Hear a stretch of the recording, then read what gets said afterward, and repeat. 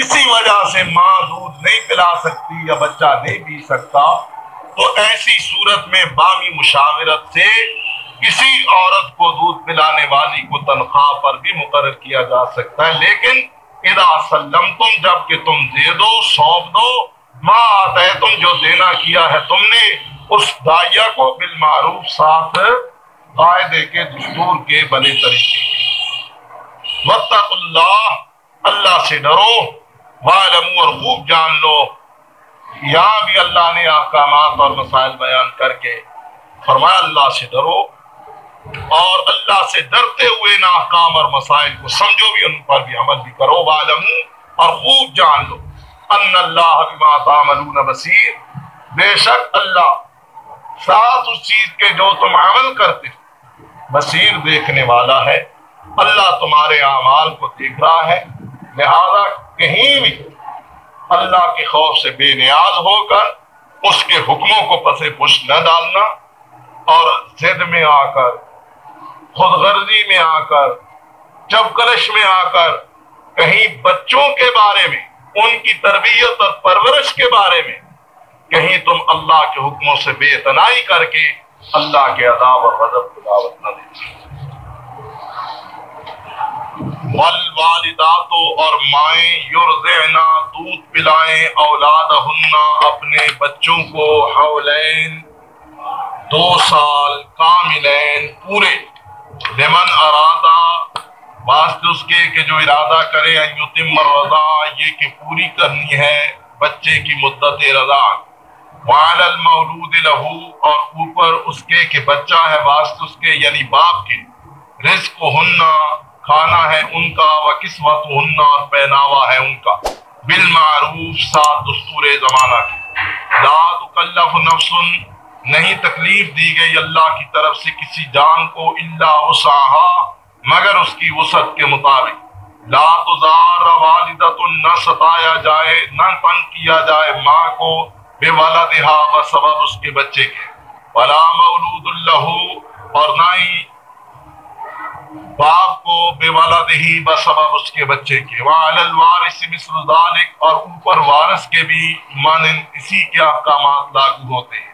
فَإِنْ أَرَادَا فِصَالًا، پس اگر دونوں ارادہ کر لیں دودھ کے چھڑانے کا، عن تراض منہما وتشاور، بامی رضامندی کا اس میں اور مشورے سے، فلا جناح علیہما، پس نہیں ہے گناہ اوپر ان دونوں کے۔ وَإِنْ أَرَدْتُمْ، اور اگر تم ارادہ کرو، ان تسترضعوا اولادکم، یہ کہ تم دودھ پلواؤ اپنی اولادوں کو، اپنے بچوں کو، یعنی داعیہ سے، فلا جناح علیکم، پس نہیں ہے گناہ اوپر تمہارے، اذا سلمتم، جب کہ تم دے دو، ما آتیتم، جو دینا کیا ہے تم نے، بالمعروف، ساتھ عمدہ طریقے۔ واتقوا اللہ، اور اللہ سے ڈرو، واعلموا، اور جان لو، ان اللہ، بے شک اللہ، بما تعملون بصیر، ساتھ اس چیز کے جو تم عمل کرتے ہو دیکھنے والا ہے۔